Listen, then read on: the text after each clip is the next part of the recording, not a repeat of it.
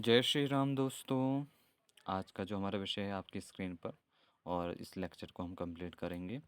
और आगे की वीडियो आप अगले लेक्चरों में, ठीक है, भाग के हिसाब से देख सकते हैं। ठीक है, तो प्रश्न आपकी स्क्रीन पर है कि हमें संविधान की ज़रूरत क्यों है।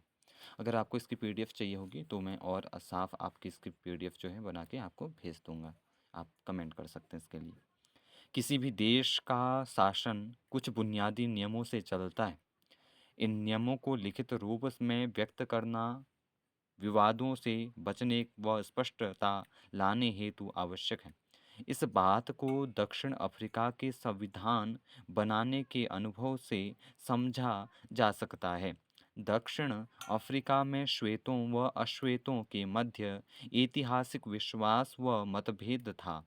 नए संविधान के पूर्व जिन बुनियादी प्रश्नों पर उनमें आपसी समझ विकसित हुई, यदि उनको लिखित रूप से संविधान में नहीं शामिल किया जाता तो उन्हें मानने की बाध्यता नहीं सुनिश्चित हो पाती।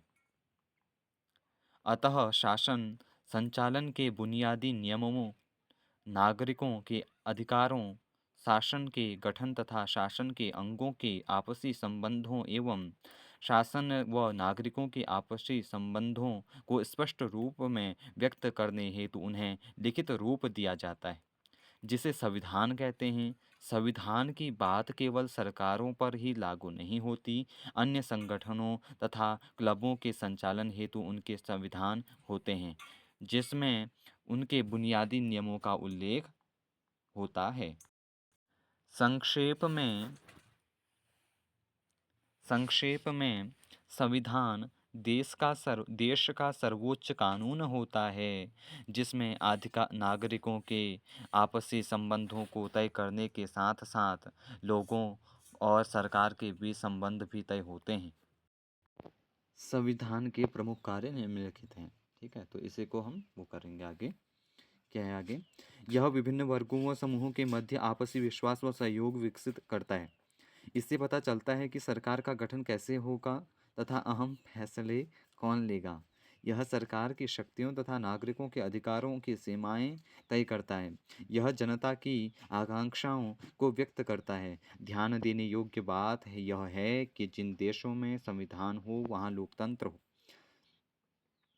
यह जरूरी नहीं है, लेकिन जिन देशों में लोकतांत्रिक शासन है वहाँ संविधान होना आवश्यक है।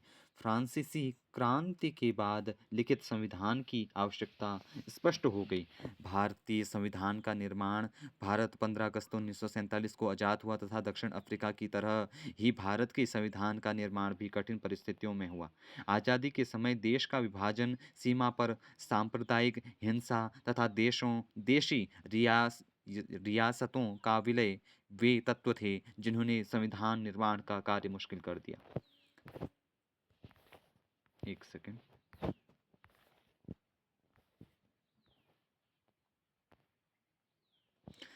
संविधान निर्माण का रास्ता। यद्यपि संविधान निर्माण का कार्य आज़ादी के बाद पूरा हुआ, लेकिन लोकतंत्र सहित तमाम बुनियादी प्रश्नों पर राष्ट्रीय आंदोलन के दौरान ही सहमति का रास्ता बन चुका था, जिसने संविधान निर्माण में सहायता भी पहुंचाई। भारत का राष्ट्रीय आंदोलन केवल विदेशी सत्ता को हटाने का संघर्ष ही नहीं था, वरन यह समाज व राजनीति को भविष्य में नए सिरे से संवारने का आंदोलन भी था। वर्ष 1928 में मोतीलाल नेहरू की अध्यक्षता में गठित नेहरू कमेटी ने भारत का संविधान बनाया था तथा 1931 में कांग्रेस के कराची अधिवेशन में भारत के भावी संविधान की रूपरेखा प्रस्तुत की गई थी।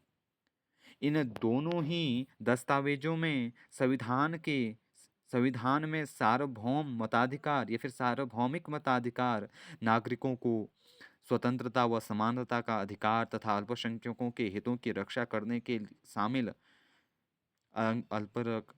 अल्पसंख्यकों के हितों की रक्षा करने को शामिल करने का समर्थन किया गया था। ठीक है, तो अगला लेक्चर हम अगली वीडियो में कंप्लीट करेंगे। इस वीडियो में इतना ही।